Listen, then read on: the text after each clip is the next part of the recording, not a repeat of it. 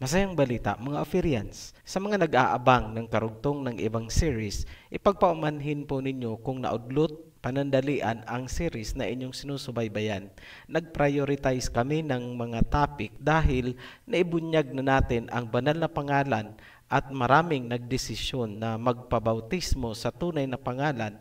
Minabuti naming isunod agad ang commandment series para alam nila ang mga dapat at hindi dapat gawin. Kailangang protektahan namin ang mga believers ng pangalan laban sa mga nagtuturo na wala na daw kautusan. Dahil dyan, inilabas namin itong commandment series.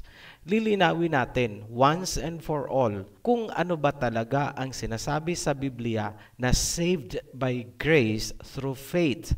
Dahil yan ay nami-misinterpret ng karamihan. Sa mga followers ng saved by grace, ito ay isang guidance. Ngunit para sa mga tagapagturo, ito ay isang admonition. May patok na doktrinang wala na daw commandments kasi saved by grace na daw. Yan ay labis naming tinututulan dahil maraming mapapahamak sa turo na yan. Ang tawag namin dyan ay sweet poison doctrine. Kaya kung kasali ka dyan, pakinggan mong mabuti itong paliwanag namin dahil ito ang antidote para ma-neutralize ang doktrinang lumason sa iyong consciousness. Tatalakayin natin kung ano ba talaga ang katotohanan tungkol sa saved by grace. Papatunayan namin na hindi inalis ng Misaya ang commandments at nagbigay pa nga siya ng example para ito ay pagtibayin. Basahin nyo ang John chapter 1 verse 17. For the law was given through Moses, grace and truth came through the Messiah. Ibinigay ang kautusan kay Moses at ang grace and truth ay dala ng Messiah.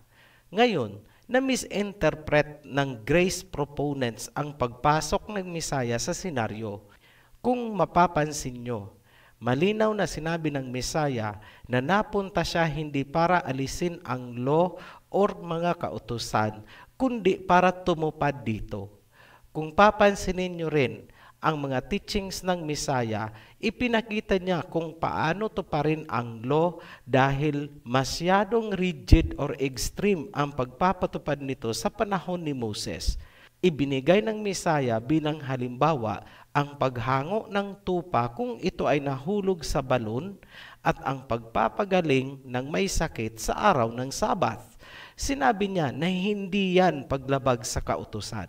Lumalabas na kung ang batas ay ibinigay kay Moses, ang implementing guidelines ay dala ng Messiah. Gumamit tayo ng analogy para maunawaan ang role ng Messiah. Kunwari, may bagong batas. Aprobado na ng Kongreso, Senado at Palasyo. Mangangailangan pa rin ng implementing rules and guidelines kung paano ito ipapatupad. Yan ang ginampanan ng Mesaya upang makita ng mga tao ang truth o katotohanan kung paano ang pagpapatupad ng law o kautusan. Nakakalungkot dahil ang itinuturo nitong grace doctrine ay hindi na daw natin kailangang tumupad sa mga kautusan dahil ang Mesaya na daw ang tumupad nito para sa atin. Yan ay isang pagbabaluktot ng katotohanan. Ang iringan dahil sa issues na ito ay makikita mula pa sa panahon ng Mesaya hanggang ngayon. Noong kumakain ang mga disciples, sinita sila ng mga Pariseyo. Bakit daw nila nilabag ang tradisyon ng kanilang elders dahil kumain na hindi naghugas ng kamay? Ito ang isinagot ng Mesaya. Matthew chapter 15 verse 3. But he answered them, "Why do you also disregard the commandment of Elohim because of your tradition? Bakit nyo rin binabaliwala ang mga kautusan dahil sa inyong mga tradisyon?" Sa verse 4, because Elohim said, "You are to honor your father and your mother," but you say, "Whoever tells his father or his mother, whatever support you might have received from me has been given to Elohim," does not have to honor his father. Ipaliwanag natin sa Tagalog. Sinabi ng Elohim na igalang mo ang iyong ama at ina. Pero ang itinuro ng mga teachers ay kung sino man ang makapagsasalita sa kanilang magulang ng kung anuman ang natatanggap niyong suporta mula sa akin ay napupunta sa Elohim. Sa gayon, hindi na daw kailangang i-honor ang magulang. Kumbaga, sa simpleng salita, ang sinasabi ng kautusan ay i-honor mo ang iyong magulang, pero ang itinuturo nitong mga Pariseyo ay hindi mo na kailangang i-honor basta magbibigay ka ng suporta sa iyong magulang. Isa lang ang pinatutunayan ng verse na yan. Ipinagdidiinan ng Mesaya na binding ang mga kautusan, ngunit binabaluktot nitong mga nagtuturo na wala na daw kautusan dahil saved by grace na daw. Dahil dyan, ano ang tawag sa kanila ng Mesaya? Their worship of me is empty because they teach human rules as doctrines. Hungkag ang pagsamba na ginagawa nila dahil doktrina ng tao ang pinaiiral. Kukontrahin nyo? Di wow! Balikan natin ang John chapter 1 verse 17. For the law was given to Moses, grace and truth came through the Messiah. Bakit nagkaroon ng mga relihiyon na nagsasabing wala na ang law dahil grace daw ang magligtas? Sa nakikita natin, nagkaroon ng paksyon sa pagitan ng law advocates versus grace faith followers. Gumamit tayo ng simpleng logic. Naniniwala ba kayo na lahat ng tao ay nagkakasala? Yes. Romans chapter 3 verse 23. For all have sinned and come short of the glory of Elohim. Lahat ng tao ay nagkakasala daw. Ngayon, ano ba ang sin o kasalanan? Kung sa legal term, matatawag nating crime o krimen. Pero ano ang sinasabi ng Biblia? Whosoever committeth sin transgresseth also the law, for sin is the transgression of the law. 1 John chapter 3 verse 4. Maliwanag, kaya may sin or kasalanan kasi may law or batas na nilabag. Kung may sin na sinasabi ang Biblia, yun ay dahil may law o may batas. Common sense. Lumalabas tuloy na itong mga taong sinisipa ang kautusan ay mga rebellious na ayaw magpasakop sa kautusan. Babylonian doctrine, rebellious liberal generation as early as this point. Alam na kung bakit ayaw ng law nitong mga grace believers kasi ayaw nilang matawag sila na mga sinners. Ano ang ibig sabihin yan? Nagmamalinis. Sabi sa Bible, mga hipokrita, wala po kaming pinapangalan ng tao o particular religion. Yung doctrine po ang tinutulugsa natin dito. Kung umaalma ka, ibig sabihin, tinatanggap mo na ikaw yung hipokrita na sinasabi sa Biblia. Patunayan namin na may law na dapat sundin. Matthew chapter 5 verse 17 hanggang 20. Do not think that I have come to abolish the law or the prophets. I have not come to abolish them but to fulfill them. Sa Tagalog, huwag niyong iisipin na ako'y naparito para alisin ang mga kautusan kundi para tumupad dito. Sa verse 18, For truly I tell you, until heaven and earth disappear, not the smallest letter, not the least stroke of a pen, will by any means disappear from the law until everything is accomplished. Katotohanan, sinasabi ko sa inyo, hanggang mawala ang kalangitan at ang mundo, ni isang guhit sa kautusan ay hindi mawawala. Verse 20, For I tell you that unless your righteousness surpasses that of the Pharisees and the teachers of the law, you will certainly not enter the kingdom of heaven. Sinasabi ko sa inyo, hanggat hindi nyo nalalampasan ang katuwiran o righteousness ng mga nagtuturo ng kautusan, hindi kayo makakapasok sa kaharian. Ngayon nyo sabihin, mga grace and faith followers o believers na wala ng law. Anong gusto nyong palabasin? Mali ang Mesaya at kayo ang tama? Eh di, wow ulit. Bravo! Walang sumisipa sa kautusan na pwedeng magkamit ng grace by faith mula sa Mesaya. Susuportahan natin yan ayon sa Biblia. Galatians chapter 3, verse 24. So the law became our guardian to lead us to the Messiah, that we might be justified by faith. Malinaw, di ba? Ang kautusan ang maghahatid sa atin sa Messiah para makamit natin ang kaligtasan by grace. Kaya, kayong mga sumisipa sa mga kautusan ay walang karapatan mag-angkin ng grace mula sa Messiah. You doom yourselves. Ipinahamak nyo ang sarili nyo ni hindi kayo makakalapit sa Messiah dahil inabolish nyo ang law na dapat sana ay dadaanan ninyo. Guni-guni nyo lang na entitled kayo sa grace, pero hindi dahil tinanggihan nyo ang kautusan na maghahatid sa inyo sa Messiah. Malinaw po ang verse. Bakit ayaw nyong intindihin? Bakit? Bakit? Kasi tradisyon ng Mystery Babylon Doctrine ang gusto ninyo. Sa mga nasundan ang Serpent Seed series natin, alam na this.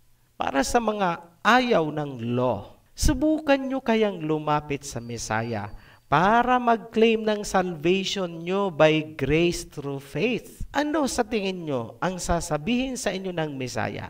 Ayan na, sa Bible, nakasulat niya.